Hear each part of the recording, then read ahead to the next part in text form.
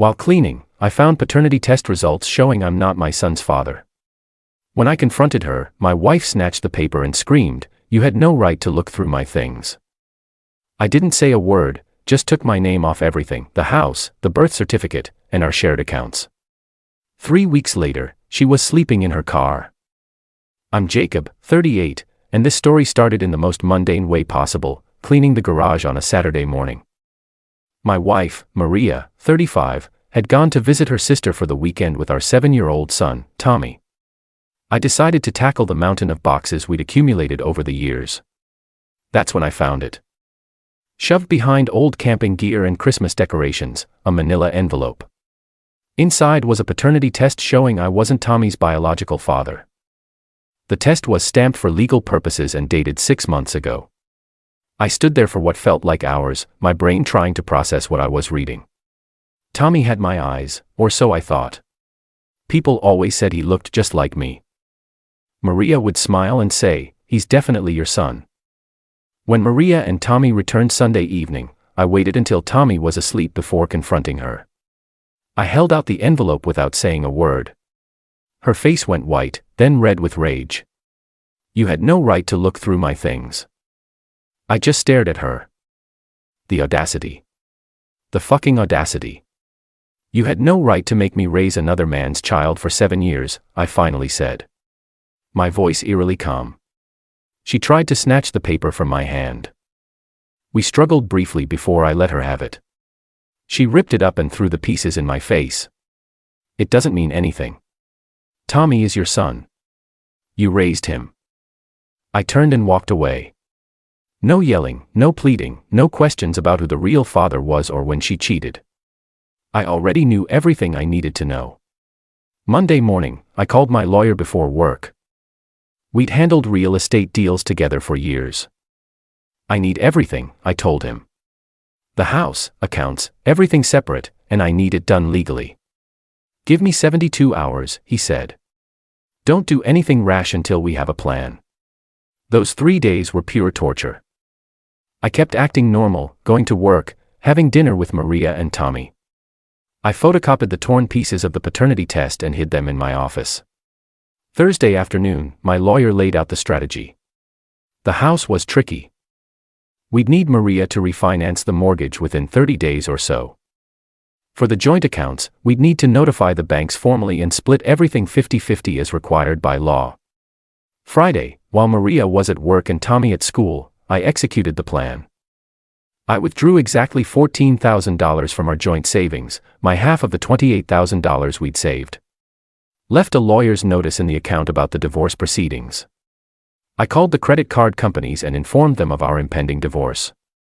They said both parties would need to agree to close the accounts or one would need to qualify for individual cards with the existing balances.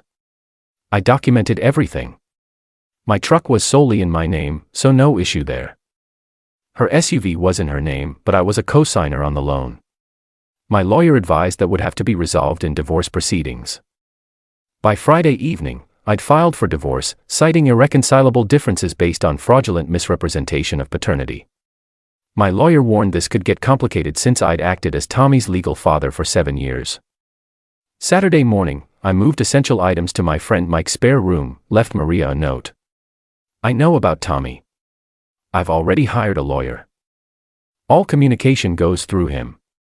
Monday, Maria was served with divorce papers at her school. I'd included a request for court-ordered paternity testing and fraud-based asset protection.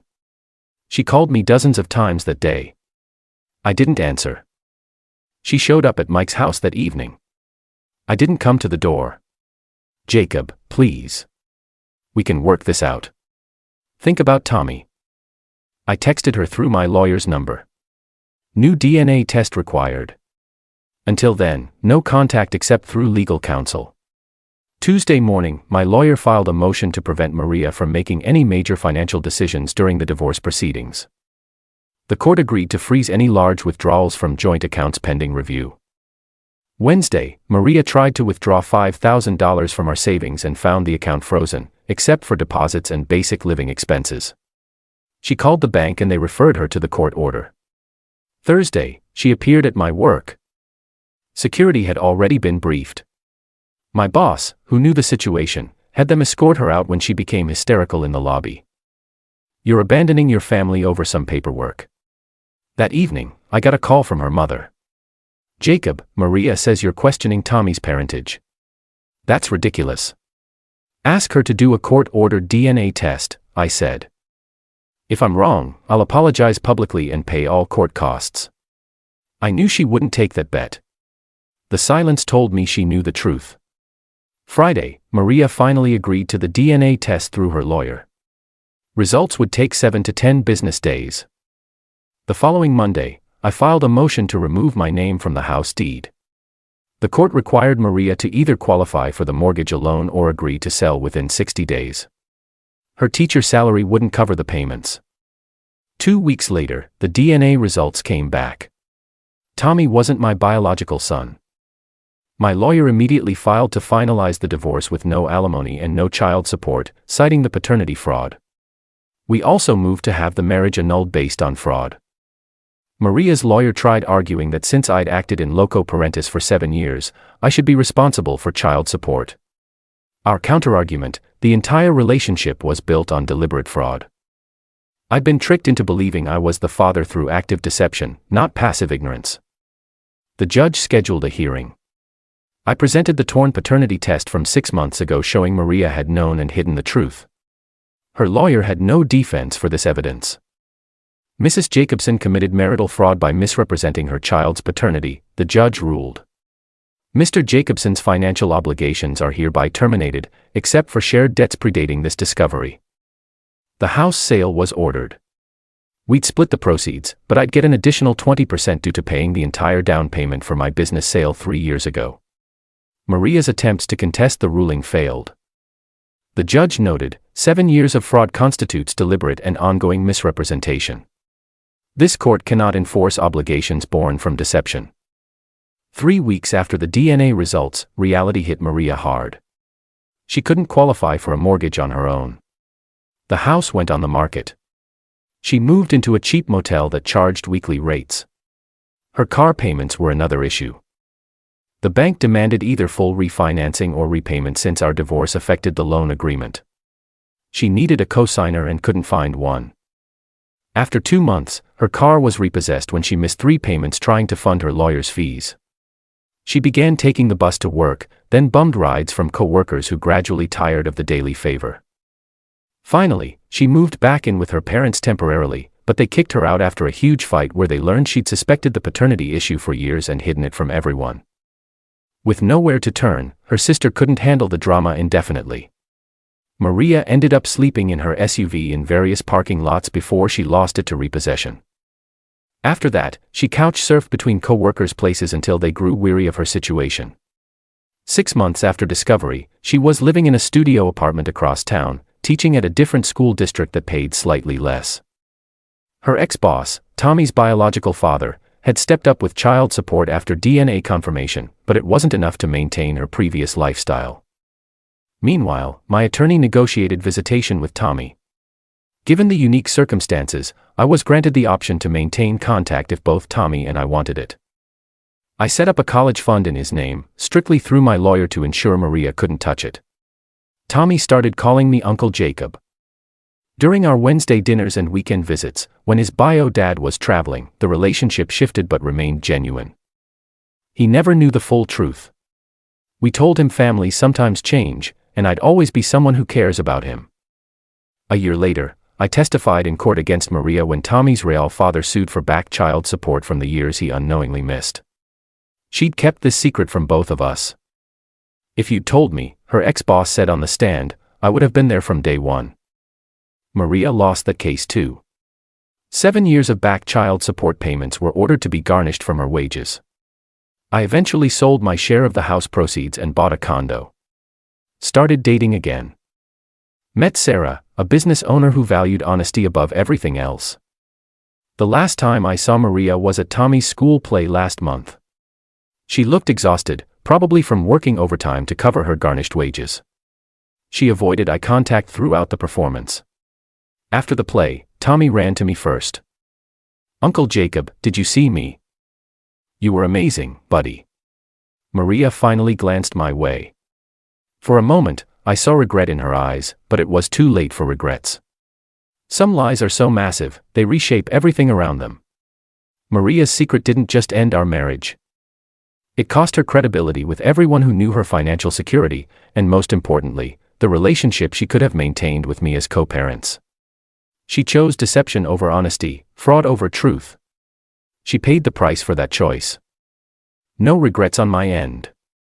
Update. 1 year later, Tommy, now 8, maintains steady contact with both his dads. I pick him up every Wednesday after school with written permission from the court and his mother.